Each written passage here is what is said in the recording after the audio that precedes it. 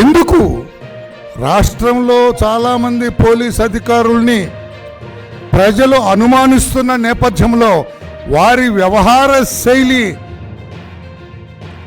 రాష్ట్ర ప్రజలు చాలామందికి అనుమానాన్ని కలిగిస్తున్న సందర్భంలో ఈ కొల్లి రఘురామరెడ్డి గారి వ్యవహార శైలి కూడా చాలామంది ప్రశ్నిస్తూ ఉన్నారు, చాలామందికి అనుమానంగా ఉంది. అటువంటి అనుమానితుడైన వ్యక్తి, ప్రజల దృష్టిలో అనుమానితుడిగా ఉన్న వ్యక్తి వర్కింగ్ సిస్టంలో ఆ ఫైల్స్ అలా తగలబెట్టడం. నేనంటున్నా ఈ రోజున ఆయన కావాలనే ఆ ఫైల్స్ తగలబెట్టాడు.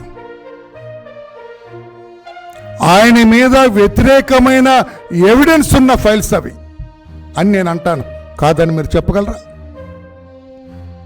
ఆ ఫైల్స్ అలాగే ఉంటే భవిష్యత్తులో they may speak against him.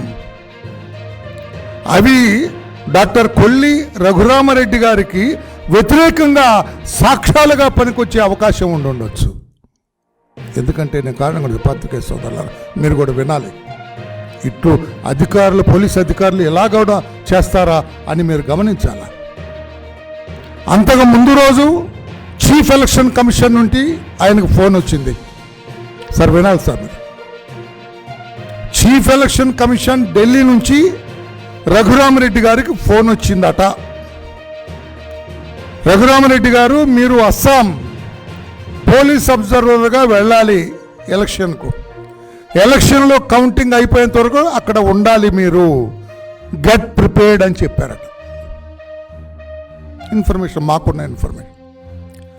దాని మీదట ఆయన కంగు తిన్నాడు, చిన్న శివరింగ్ వచ్చింది ఆయనకి.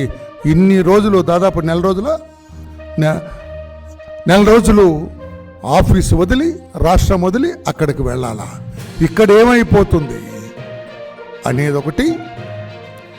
ఒకవేళ నేను అక్కడికి పోయి మరి నెక్స్ట్ మంత్ జూన్ 4వ తారీఖున రిజల్ట్స్ వచ్చేంత వరకు కూడా అక్కడ ఉండాలి ఆయన అబ్జర్వర్గా. జూన్ 4వ తారీఖున రాష్ట్రంలో పరిస్థితులు తెలుగుదేశం పార్టీకి అనుకూలంగా ఉన్నాయి, చంద్రబాబు గారి కూటమికి అనుకూలంగా ఉన్నాయి. అధికార మార్పిడి జరిగితే చంద్రబాబు నాయుడు గారు కూటమి అధికారంలోకి వస్తే ఆయన ముఖ్యమంత్రి అవుతారు. ఈయన ప్లేస్లో డెఫినెట్గా అందరికీ తెలుసు, ఇమ్మీడియట్గా వేరే అధికారి వస్తారు.